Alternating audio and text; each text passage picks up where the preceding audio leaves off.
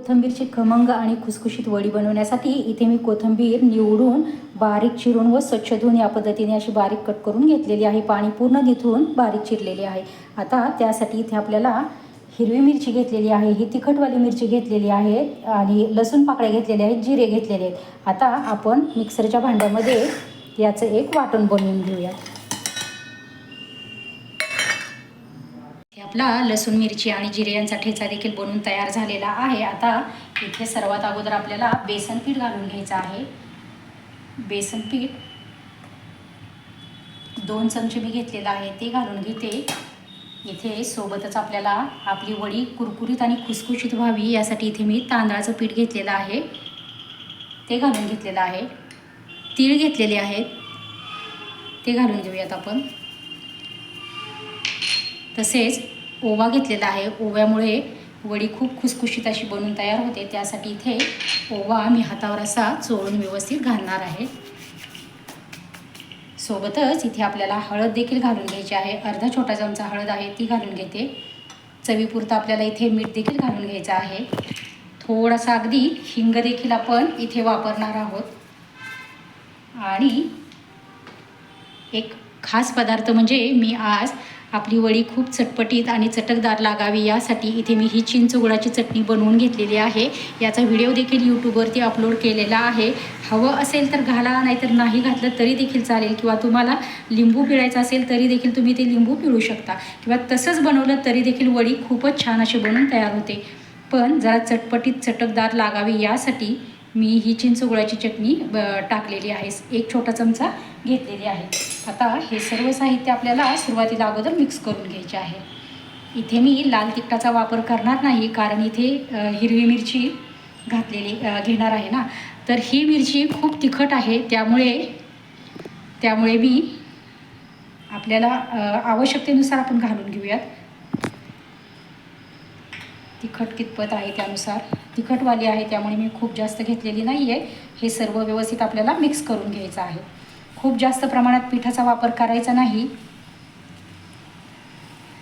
कोथिंबीर आपण धुवून घेतलेली असती, त्यामुळे त्याचा ओलसरपणा असतोच. नाही म्हटलं तरी त्याच्यामध्ये त्या पाण्यामध्येच आपण हे पीठ व्यवस्थित असं मळून घ्यायचं.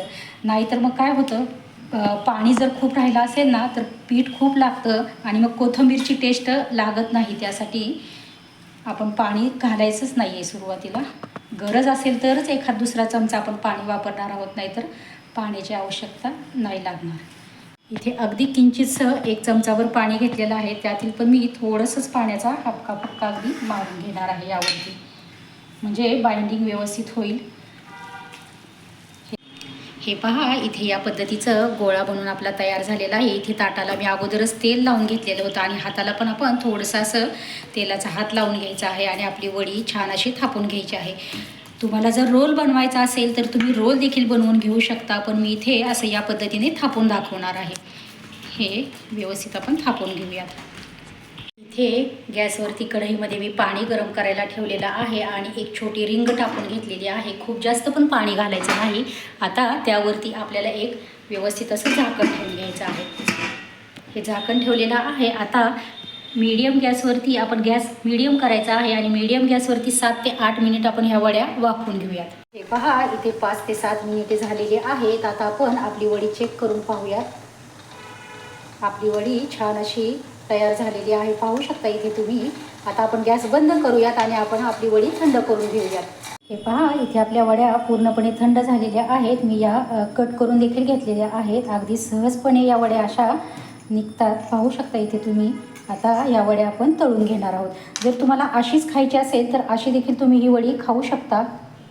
हे पहा, अगदी व्यवस्थित अशी आपली ही वडी बनवून तयार झालेली आहे. अशी देखील खूप छान लागते खायला, पण मी आज तुम्हाला तळून दाखवणार आहे. आता आपण इकडे गॅसवरती कढईमध्ये मी तेल गरम करायला ठेवलेलं आहे. खूप जास्त तेलाचा वापर करायचा नाही. कमी तेलामध्ये देखील आपण व्यवस्थित अशा वड्या तळून घेऊ शकतो.